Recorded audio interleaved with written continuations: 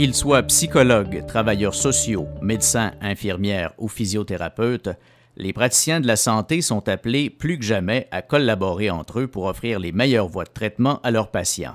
La collaboration interprofessionnelle, c'est quelque chose qui s'apprend et qui s'applique.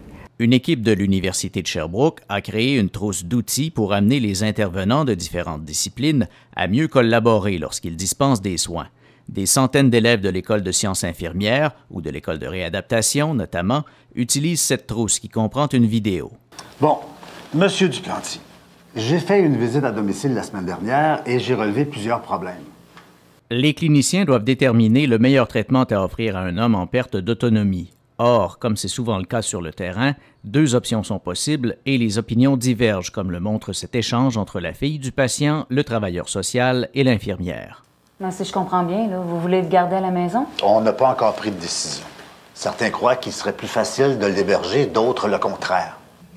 Ce que Claude veut dire, c'est qu'on n'a pas vraiment de réponse. Il n'y a pas de bonne ou de mauvaise réponse, mais ce que vous semblez nous dire jusqu'à maintenant, c'est que votre père veut vraiment rester à domicile.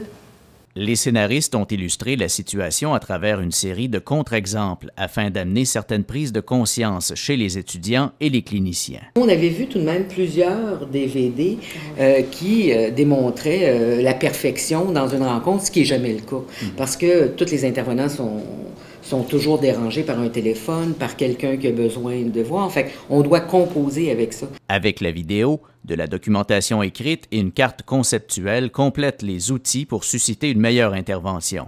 Cette approche a également été mise à l'épreuve dans un milieu de soins qui reçoit des patients ayant subi des traumatismes crâniens. Et les résultats sont probants. On a fait un projet de recherche entre un centre hospitalier et un centre de réadaptation.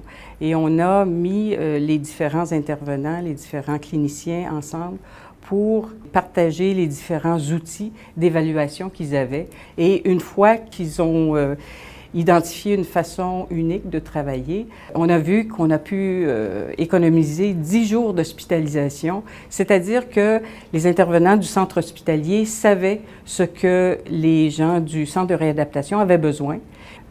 Si vous calculez à peu près à 1 000 $ par jour les coûts d'hospitalisation, le per diem, si vous voulez, d'hospitalisation par personne, c'est une économie rare. Ces économies sont possibles grâce au partage d'informations qui facilitent le suivi du patient, mais aussi on met à contribution le patient lui-même ou ses proches. Lise Côté, qui a participé à créer la trousse, a constaté les bienfaits de cette approche quand sa propre mère a eu besoin de soins spécialisés. Alors, j'ai demandé, moi, à un des infirmiers que je connaissais, si je pouvais participer à une de leurs rencontres qui traitait du dossier de ma mère. Et ça a été fantastique comme effet après. Ça n'a même pas pris 2 heures. Puis l'encadrement avait été très différent parce qu'ils ont compris vraiment qui était ma mère et ensuite quels étaient ses besoins. La collaboration interdisciplinaire est aujourd'hui un élément obligatoire pour les organismes d'agrément qui assurent la qualité de la formation en santé. Cette approche fait aussi écho aux priorités du plan stratégique Réussir de l'Université de Sherbrooke.